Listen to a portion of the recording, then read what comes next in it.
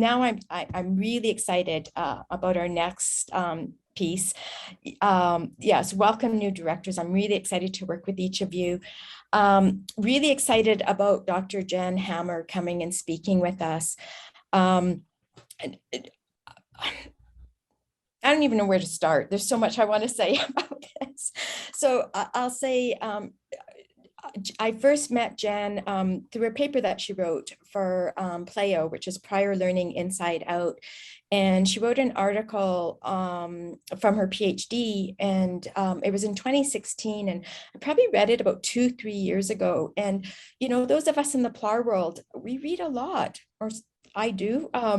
And that one just really, really resonated with me for a few reasons, and really resonated with me without saying too much. But what Jen's going to talk about is the power and the influence that we have as PLAR practitioners. And it has resonated with me over the years, so much so that I invited her in December to come and speak with the PLAR advisors and with that TRU have, our advisors and our assessors. And yeah, it was just such good information. And I know over the months since that's happened, we do reference you and talk about kind of what we learned from that and how that's changed our practice. So I am very excited to have you come and speak to the BCPLAN members. And I don't think I'll do much more of an introduction because we've already eaten up some of your time, but you're coming in from Australia as well. What time is it in Australia for you? It's 7:30 in the morning, just after 7:30.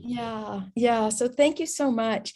Andrew, is there anything you think I should include or talk about? I think we are good to go. Good to go? Yeah. Okay. So Jen's gonna be with us for, we'll see, 45 minutes, an hour. We'll see how the conversation goes. And how we're going to wrap everything up today is those of you who need to go, you're welcome to, of course, hang up. But we're going to stay online at 4:30 BC time just to have a little bit of an informal mingle at the end of Jen's presentation. So Jen, I'm really happy to hand it over to you and really happy to continue learning with your guidance. Thank you, Susan. It's really, really nice of you to invite me. And it's always really a good learning opportunity for me to actually have to speak about this stuff. So I'm really looking forward to, you know, a bit of debate and discussion with you all as we go through. And hi, Andrew, nice to meet you, other than online, as in email. I think you're going to share my presentation and then I'm going to click through. Is that right?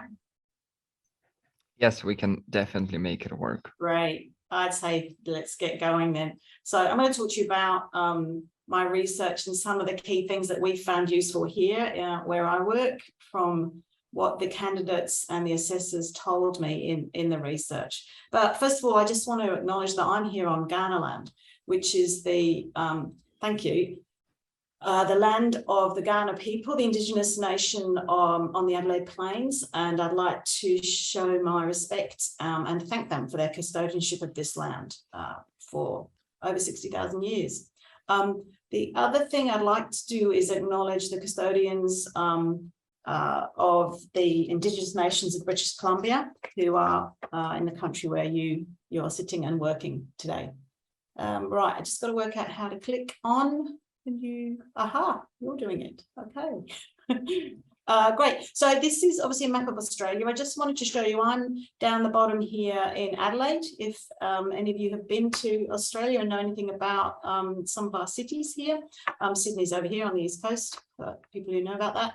But this is a map of the Indigenous nations that were thriving on the Australian continent before European invasion. There were 500 different communities, 250 different language groups at least. And as I said before, they were here for 60,000 years. So we like to acknowledge that, in fact, many of the practices that I speak about today are appropriations in many ways, Western ways of talking about things that Indigenous nations have been doing for many thousands of years. So still not sure how I click it on, Andrew. Is that me doing that? It's me sharing the presentation. I can stop sharing my screen and you can try sharing yours. Oh, right, okay. At the bottom, there is a share screen green button. Yeah, got it. And try clicking on it, and then the PowerPoint should show up somewhere probably in the middle of the screen. And you need to select it and click share. Is it my PowerPoint that I've got here or the one you've got? It's yours. The one I've got here. Okay, that's fine. Right. Can you see that? Not yet. Oh, it's coming up. Looks like it's, yeah, we can see it. Great. Okay, I'll share from my end then, hey? Okay. Great. All right, that just makes it a bit easier, I think. As Susan said, I'm Jen Hamer. I'm going to share with you some of the findings from the doctoral study that I did. Just a little bit about me. I trained as a social worker in the UK originally, and then as an adult educator and social science researcher in Australia. So I've worked with communities on trauma-related issues such as domestic violence and child sexual abuse for 30, 35 years now. And what I have become more and more interested in is how to do two things. Infuse the community sector with skills and knowledge from lived experience. So how do the workers that we're training actually understand and learn from lived experience? So not only their own, but other people's lived experience, so that we actually improve the community sector and the community services delivery, which can sometimes be very compounding and re-traumatizing for people. And I want that system as a social worker to basically do better. So that's part of my sort of process in how I've come to this. I run an RTO, a registered training organisation here in South Australia at what's called Relationships Australia. We are a counselling, mediation and community sort of development organisation, but we also have an RTO to teach the skills for the work that we do. Jen, so I think the presentation is not the full screen. If you intended to have it full screen by now. That's interesting because it is for me. In the top left corner, there is a play icon.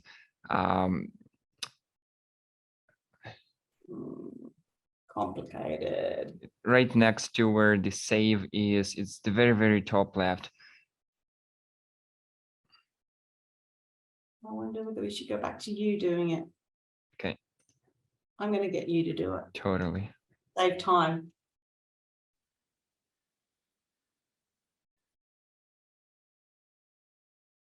Go to slide 4. Next. Great. So I'm going to talk about assessment philosophy. And what is assessment philosophy and why bother, really? So when we speak about assessment philosophy, and a number of other authors have spoken about this, I'm thinking Nan Travers, Judy Harris, for example, the values, beliefs, and intentions of the assessor and of the educational institution. So what underpins our practice? What lies behind what we're doing? There's a lot of instrumental description of how to do RPL, portfolios, presentations, observations, but actually there has been, until more recently, less discussion about why we're doing this, what is our purpose in doing skills recognition, and what our purposes are and what our intentions are critically affect the micro practices of the individual assessment, the way we work with the candidate. And this is what came out very strongly in my study. How we conduct the RPL assessment actually affects the candidate's educational outcome because it affects their engagement in the process. It enables them to go through what can be quite onerous, I'm sure. It certainly is here in Australia, an RPL process can be quite onerous. How we work with that candidate really affects their engagement, which also then affects the educational outcome they achieve. But more importantly, the thing that I found most valuable about what people were telling me in the research is that it affects their sense of self, their sense of self-esteem, their self-worth, their validation of who they are. Next. So this is a fundamental finding of the research, which is that RPL or PLAR, I know you call it PLA, it's an ontological engagement, which is occurring at the nexus of that assessor-candidate relationship, right in that interaction, right in that interpersonal exchange. there is ontological effects happening. And what I mean by that is that it is affecting the person's sense of who they are, their place in the world, what they feel about themselves, and how other people validate them, their worth in society. And this came out really strongly. The questions of who am I, what am I here for, what's my purpose, were really significant for people. And I called the thesis not just a piece of paper, because the accreditation at the end of it is not only a piece of paper, it's something that has much more meaning for people. And so Shirley, who was a candidate, said this so many times, oh, well, it's just a piece of paper. She was in her 50s. And it's her first qualification that she gained through RPL. But it's a piece of paper. I finally got that stinking piece of paper. And Margarita, also in her 50s, I feel like if I had that piece of paper, maybe people would take more notice of what I do. And so the meaning of that struck me very strongly. So next. I don't mean that RPL, by the way, is the only thing that affects people's sense of self, of course. Multiple things do. And some people come to the RPL process with limited engagement in it, less concern about it, fairly confident, and are used to going through process of assessment. And it's not quite so meaningful in that sense, although there is some effect still for some of those people. So it's more or less for different people. Shirley, a candidate in her 50s, as I say, getting her first qualification in youth work, in fact, having worked for decades in the housing sector and domestic violence sector, was saying, without a doubt, was the trauma of those 3 years when I couldn't get employment and didn't have qualifications. This is when I said to her, what is the meaning of this RPL process for you? And she felt not like a person, just like a bag lady on the side of the road.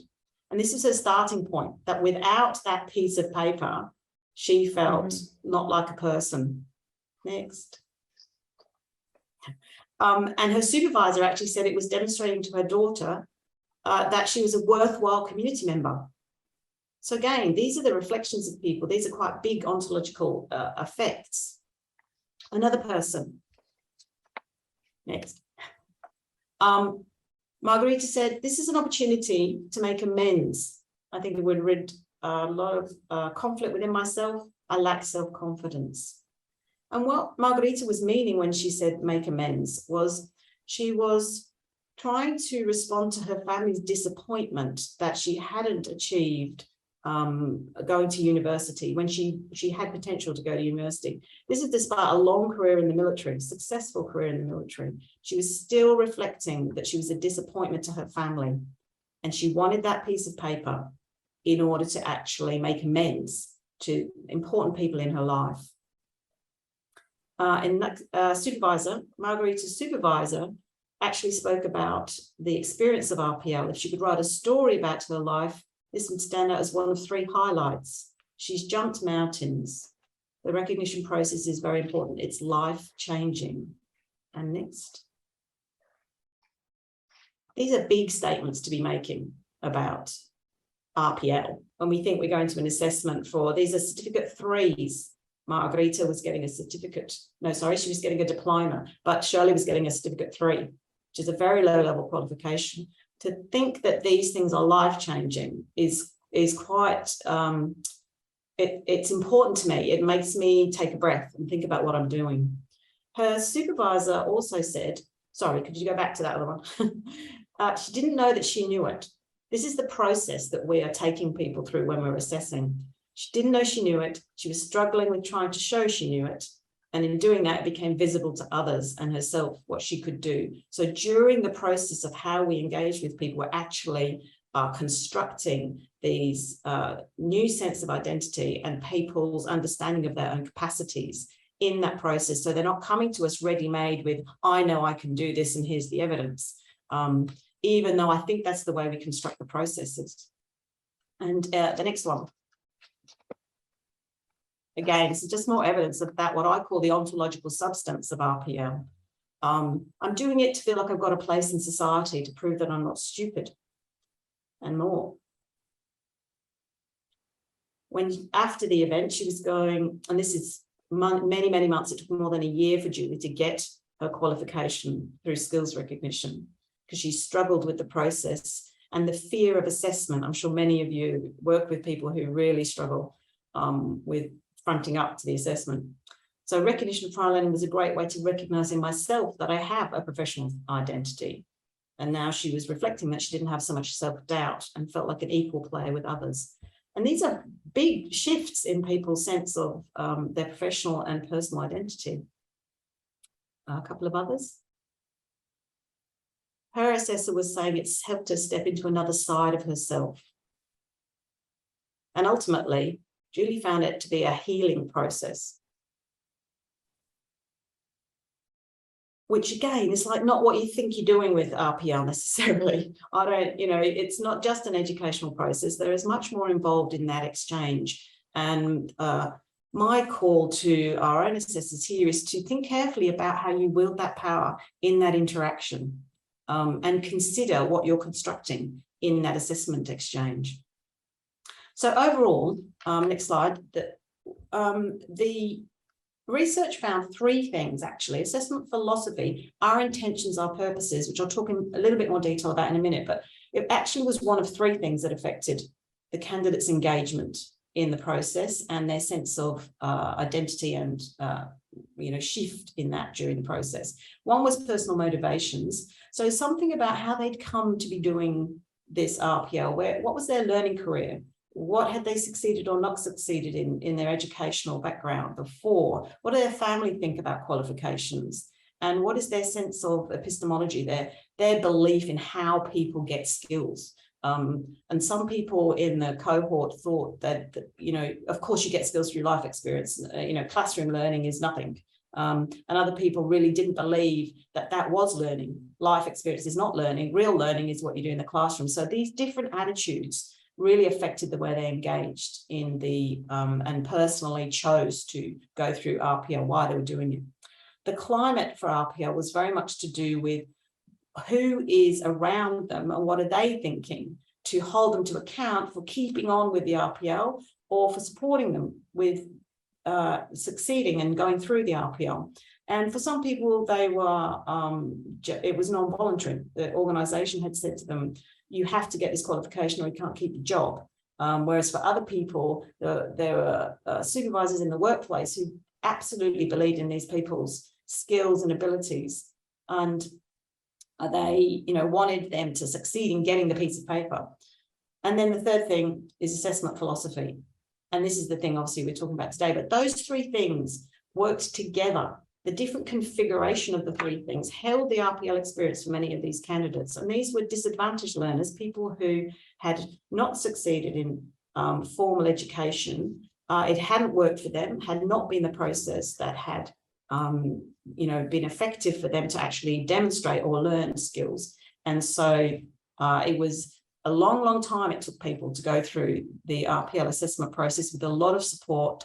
And these different configuration of these things made a difference to how quickly people got through. So next, assessment philosophy. The group of assessors that I interviewed for this project were very clear. I interviewed them all individually, and they all came from the same institution. So they're in an institutional context with a particular perspective on why assess people for skills recognition. So it's not surprising that a lot of their thinking came together in the same sort of organizational culture. They expressed three convictions, three strong held beliefs about what they're doing, their purposes, their intentions, and what RPL assessment is. And then three dilemmas that really troubled them. I'm going to go through each of these briefly in turn. So the first one, everyone already has skills. And Dave, I've got a quote here from Dave who speaks about this. The assessment process needs to be coming from a place of genuine belief that there's a whole lot of knowledge and skill that hasn't ever been named or acknowledged, rather than trying to work out what the absences or deficits are. The interviewer needs to have that genuine positive regard and belief in the person, inviting people to describe themselves with a sense of curiosity. And so the implication of this is that the assessors are sitting with an expectation that the skills are already there. And this is very different to an assessment process where you're sitting with a belief that the person I'm going to go blank, you know, tabula rasa. I believe they don't have anything until they prove it to me. And that is a very common disposition and a very structured way to do assessment. So these assessors go, no, the skills are there. It's my job to help uncover them.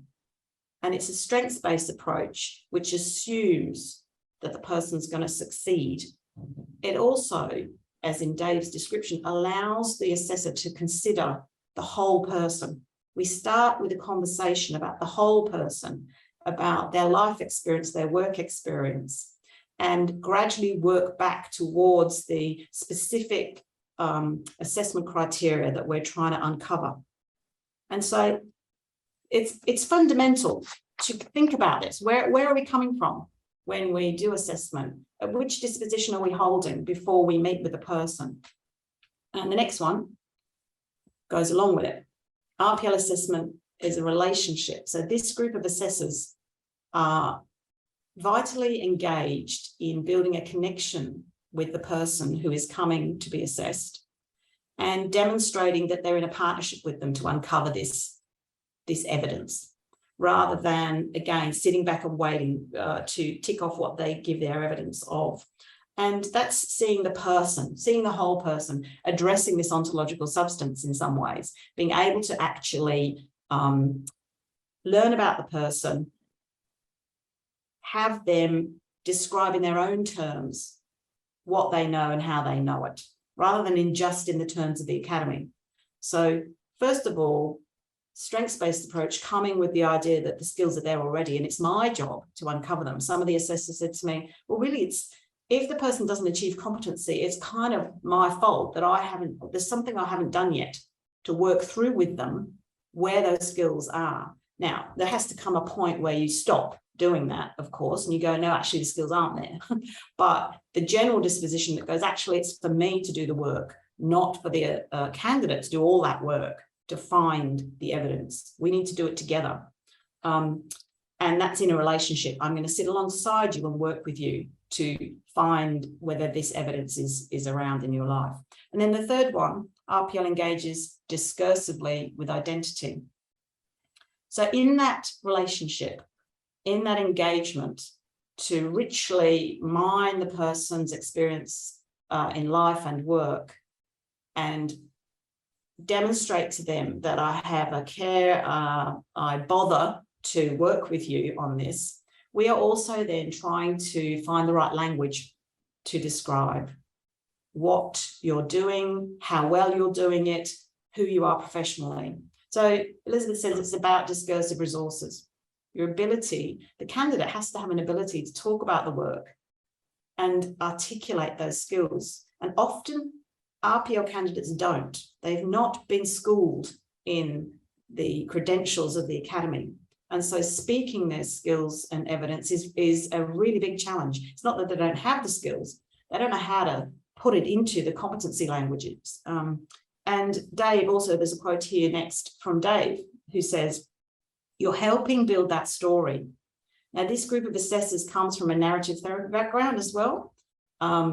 They are trained in narrative approaches, and so storying is a really common practice for them. They know how to do outside a witness, they know how to scaffold people's understanding, they know how to narrate with people their experience and skills. So you're helping build that story. And Dave noticed people were performing the identity in the assessment. You're helping them actually, it's performative, helping them become the person that they are applying to be seen as.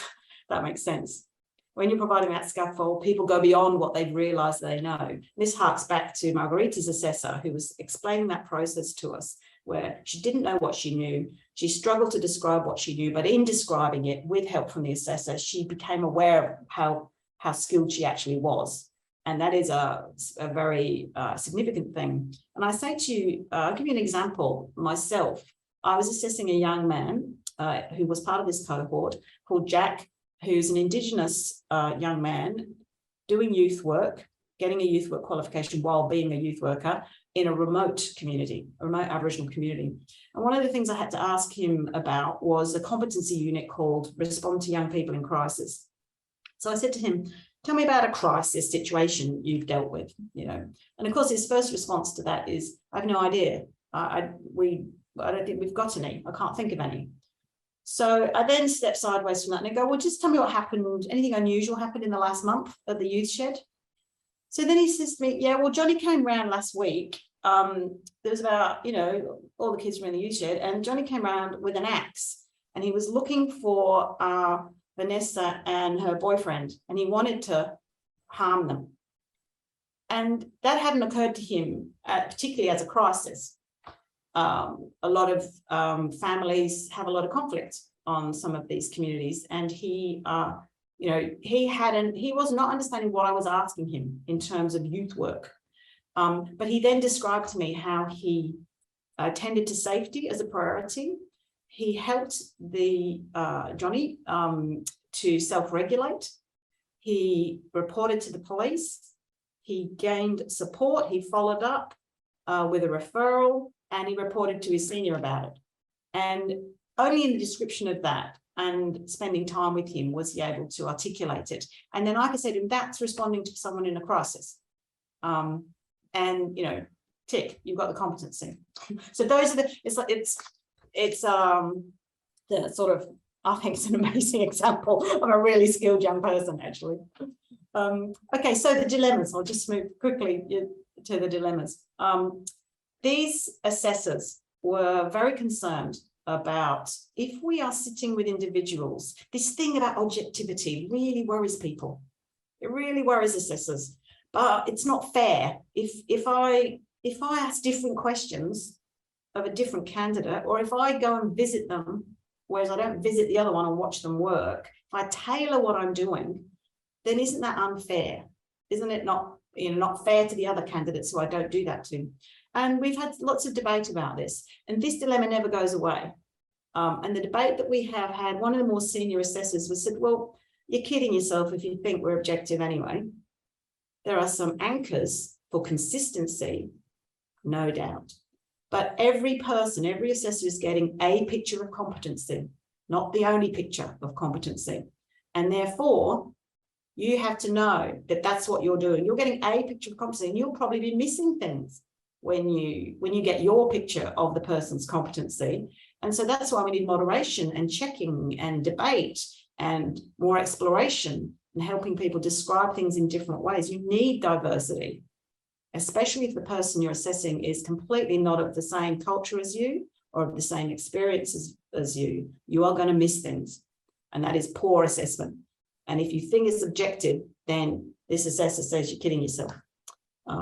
So struggling with that is important. The next one is wielding, power and justice. So people were troubled a lot by being responsible for someone's life. We have felt the burden, if you like, the heaviness of, if I don't agree this person's competent, what is the impact on their life? What is this going to do to this person personally as well as professionally? And I carry that weight with me, especially if you bother to care and you're relational in your work, you care more. And the caring is really important.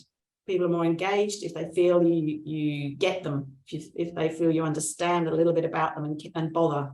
So that burden of power and wanting to have a social justice purpose it is something that troubles the assessors, and it's good to be troubled by it, because having power is something that should never go unconsciously, wielded. It goes hand in hand with the conflicting accountabilities of the final dot point, and that is that as assessors we've got a lot to think about. So we want to think about the candidate and their well-being. We want to think about actually the standards of the qualification. We're responsible for holding the gate, gatekeeping the qualification and making sure that it's a high standard. We're responsible for the institution's reputation. If this institution gets a reputation for just giving out qualifications with no rigor, then we're really stuffed. That's really bad. But not only that, this has an impact on future clients, especially in community services sector. If you let people out there who don't know what they're doing, you are inflicting poor practice on future clients.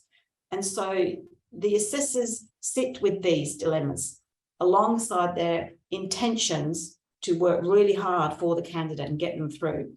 And something I just want to highlight is that whether or not they achieve a qualification, the assessment process still has positive and negative ontological effects on the candidates.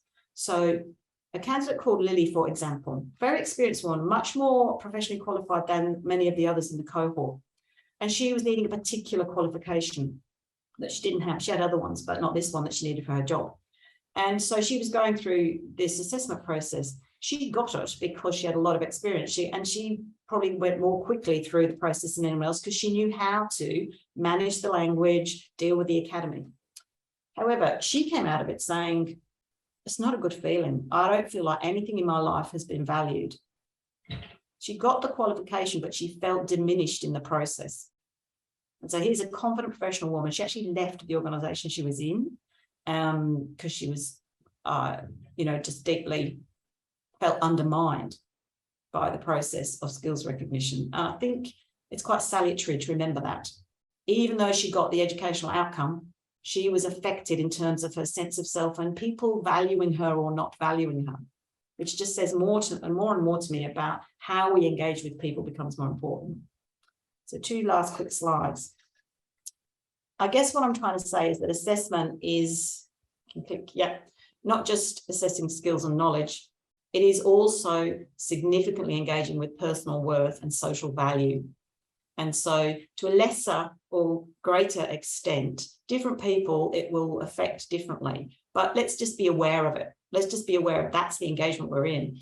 And there are 2 concepts, recognition and the next one, which is witnessing, which are just worth holding in mind.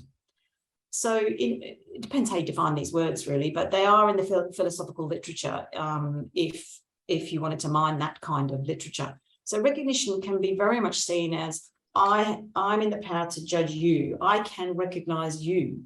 I see you, I acknowledge you. And that can be a bit one way because it nicely confirms me as an assessor.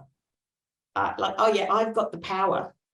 So I feel through the engagement validated. I feel my authority. The person comes to me, they are seeking something from me, and I feel good about that. So I go away feeling good. And I'm using my normative judgment, but I'm easily able to misrecognize the other person. Competencies is not everything. The way we engage with the person about who they are and their value in society is also really important in that exchange. And I could, as in Lily's case, misrecognize while I'm in that engagement. Whereas witnessing, I just offer this as a way of thinking really from the literature. It's not simply about being seen, but being part of meaning making with people. Actually being addressed by them as an assessor, they come to me as an assessor and I respond to them. And it's a more dialogic experience where we are working together on this process of building each other. I become more confirmed as an assessor, as you become more confirmed as a valuable contributor to society and in some cases accredited person. And then the final slide. So this is the underpinning philosophical theory from Axel Honneth, who is a contemporary philosopher, that really stretched me in the PhD. As soon as I could see the ontological substance coming through really strongly, this is the literature I went to. And in 1995, Axel Honneth wrote a book called The Struggle for Recognition. And it is about philosophical recognition. And what he says is to be a fully self-actualized human being in society, in human society, we need these 3 things: love, rights, and solidarity. And love or affect, really, positive affect, care. He situates it very much with children, but this is also relevant to all of us as we go through life. That leads to self-confidence. If we know we are valued and cared about, we can build our own self-confidence.